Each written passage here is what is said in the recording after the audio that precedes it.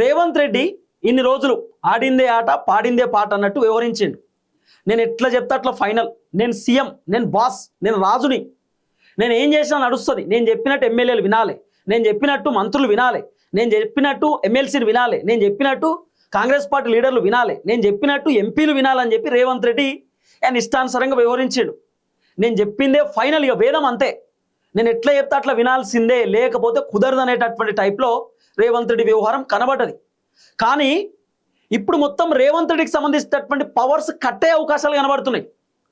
కారణం ఏంటంటే రేవంత్ రెడ్డి పర్ఫార్మెన్సు, రేవంత్ రెడ్డి వ్యవహారం, రేవంత్ రెడ్డి ఒంటెత్తిపోకడ, రేవంత్ రెడ్డి సొంత నిర్ణయాలు అధిష్టానం భరించలేకపోతున్నారు. కాంగ్రెస్ మంత్రులు అయితే తట్టుకోలేకపోతున్నారు. రేవంత్ రెడ్డికి మంత్రులు ఏమైనా చెప్తే రేవంత్ రెడ్డి పట్టించుకునే పరిస్థితే లేదు. కాంగ్రెస్ పార్టీ ఎమ్మెల్యేలు రేవంత్ రెడ్డిని కలుద్దామని చెప్పి ఎంత ప్రయత్నించినా రేవంత్ రెడ్డి అపాయింట్మెంట్ ఇచ్చే పరిస్థితి లేదు. కొంతమంది ఎమ్మెల్యేలు ఇప్పుడు 99 days యాక్షన్ ప్లాన్ అని ఒకటి పెట్టిండు రేవంత్ అన్న. 99 రోజులలో మీ సమస్యలన్నీ వింటాం, మీ సమస్యలకు పరిష్కారం తీసుకొస్తామని చెప్పి మొత్తం ఇప్పుడు ఎమ్మెల్యేలు, మంత్రులు, ఎమ్మెల్సీలు గ్రౌండ్లో తిరుగుతున్నారు.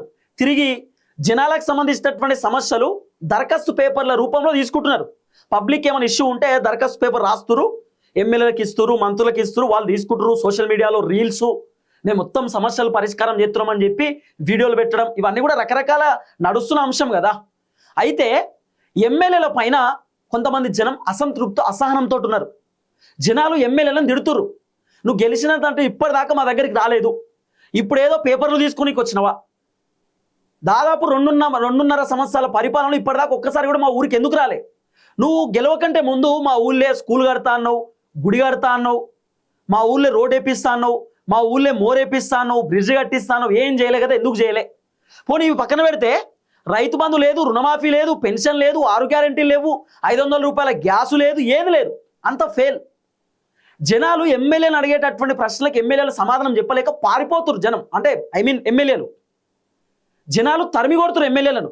ఎమ్మెల్యేలు ఏం చేయాలో అర్థం కానటువంటి సిచ్యువేషన్లో ఉన్నారు. మంత్రులకు బాధ చెప్పుకుంటున్నారు. జనాలు మమ్మల్ని కొడుతుర్రు, తిడుతుర్రు. పెళ్లిలకు పేరెంటాలు పోవాలంటే మాకు సిగ్గు అనిపిస్తుంది, మేము పోలేకపోతున్నాం. 6 గ్యారెంటీలు అడుగుతురు. మహిళలు తులం బంగారం అడుగుతున్నారు, 2500 రూపాయలు అడుగుతున్నారు, బతుకమ్మ చీరలు అడుగుతున్నారు. మహిళలకు ఏం సమాధానం చెప్పాలో నాకు అర్థమైతలేదని ఎమ్మెల్యేలు మంత్రులకు బాధ చెప్పుకోవాల్సిన పరిస్థితి వచ్చింది. ఇక మంత్రులు కూడా ముఖ్యమంత్రి రేవంత్ రెడ్డి చెప్తే రేవంత్ రెడ్డి ఎట్టైనా పట్టించుకోడు కాబట్టి మంత్రులు హైకమాండ్కి చెప్తురట, హైకమాండ్కి లేఖలు రాస్తురట. ఇగో రేవంత్ రెడ్డి పట్టించుకుంటలేడు, ప్రభుత్వానికి గాలికిడ్స్ పెట్టిండు, రేవంత్ రెడ్డి అడ్మినిస్ట్రేషన్ మొత్తం లోపం ఉంది, Revanth Reddy administration full fail,